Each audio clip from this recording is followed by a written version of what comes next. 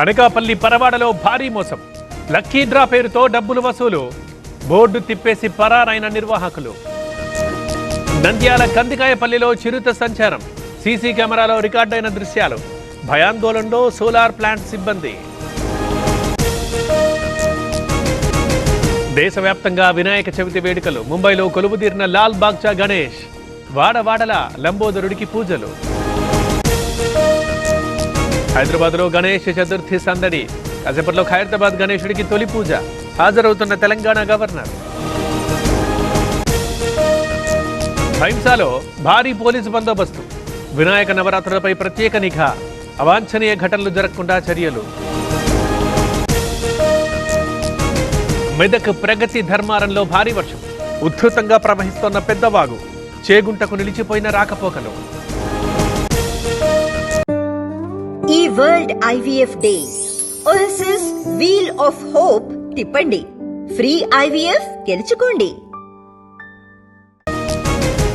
అల్లూరి పాడేరు ఏజెన్సీలో భారీ వర్షాలు. ఉధృతంగా ప్రవహిస్తోన్న కొత్తపల్లి జలపాతం. హుకుంపేటలో స్కూల్పై కూలిన చెట్టు. తన హత్యకు కాకాని ప్రతాప్ కుమార్ రెడ్డి కుట్ర చేశారు. కావలి టీడీపీ అభ్యర్థిగా వస్తాననే ఈ ప్లాన్ వేశారు. ఎమ్మెల్యే కావ్య కృష్ణారెడ్డి ఆరోపణలు. మహీంద్రా యూనివర్సిటీలో ఈగల్ టీం దాడులు. డ్రగ్ ర్యాకెట్ భగ్నం. 50 మంది విద్యార్థులకు డ్రగ్స్ పాజిటివ్. స్థలం ఖాళీ చేసి బోర్డులు తొలగించాలి. హైడ్రా తీరుపై తెలంగాణ హైకోర్టు సీరియస్. శేర్లింగంపల్లి భూ వివాదంలో కామెంట్స్. శబ్ద పరిమితికి మించి మైకులు ఏర్పాటు చేయొద్దు. ట్రాఫిక్ కి ఇబ్బందులు కలిగించొద్దు. మండపాలతో అంబులెన్స్లకి ఇబ్బంది పెట్టొద్దు. తెలంగాణ హైకోర్టు సూచనల్లో. గడపలో స్కూల్ విద్యార్థుల వినూత్న ప్రయత్నం. గణపతి ఆకారంలో కూర్చొని విన్యాసాలు. అబ్బురపరిచిన ప్రదర్శన. మొబైల్స్ తీసుకొస్తే దర్శనం ఉండదు. ఇంద్రకీలాద్రిపై కొత్త రూల్. సిబ్బంది సెల్ ఫోన్లపైన నిషేధం.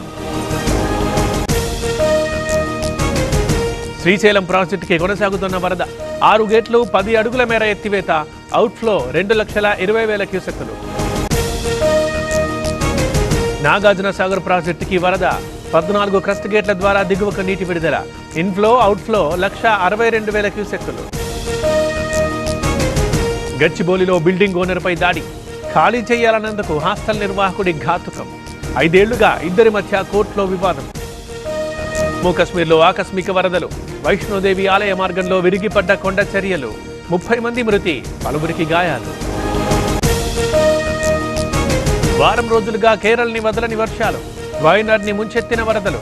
కోజికోడ్ జిల్లాలో విరిగిపడ్డ కొండ చర్యలు.